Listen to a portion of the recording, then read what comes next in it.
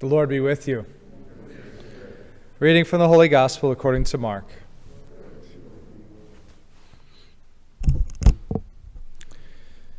Jesus went up the mountain and summoned those whom he wanted, and they came to him.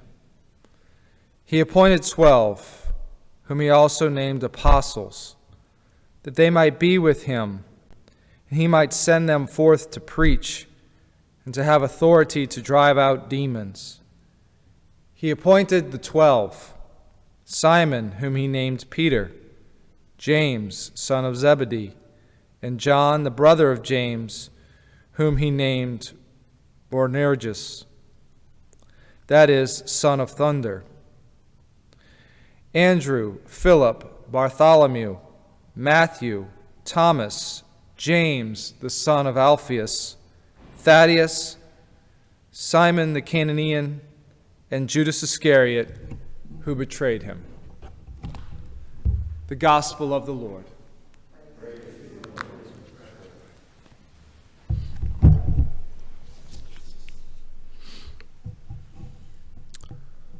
A better covenant.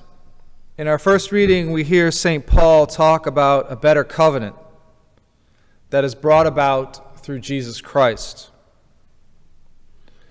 So we can wonder, well, what was the old covenant? Well, Paul explains that this was the covenant made at Mount Sinai. The idea that God will be the Israelites' people and they shall be God's people. And we can think, well, is that not true today? Are we not supposed to be God's people and God be our God? Why do things need to change? Well, the way in which the first covenant was enacted or sealed was through the 10 Commandments.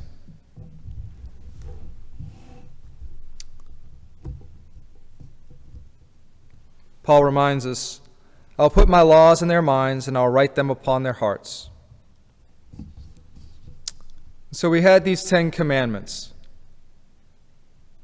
And the reason for the new covenant was not because of God's failing in the covenant. Unfortunately, it was because of the Israelites and humanity's failing to live up to their side of the covenant, to follow these laws, to follow these commandments, to follow these prescriptions. They were failing in these statutes, and so in this way not making God their God with their actions. And so a new covenant had to be made.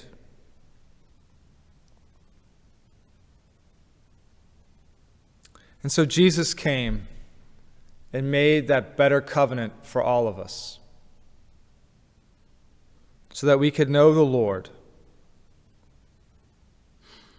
And today is the day the church in the United States asks us to pray for the legal protection of the unborn.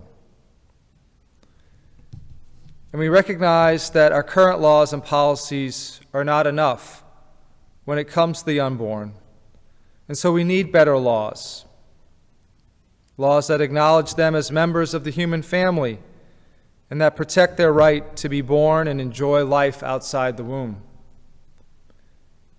And we need better policies that help and assist mothers who experience unexpected pregnancies so they have the support to bring their children to term. And so, similar to the Israelites, we in the United States are in need of renewal. And in our gospel, we hear Jesus call the 12 by name. And these will be those who initially go out and spread the good news, share the new covenant that has been initiated with all people. And so today, let us ask their intercession that we may do our part to go out and share the news, to do our part to bring about new laws and policies that protect the unborn. And in this way, like we hear in the psalm, kindness and truth shall meet.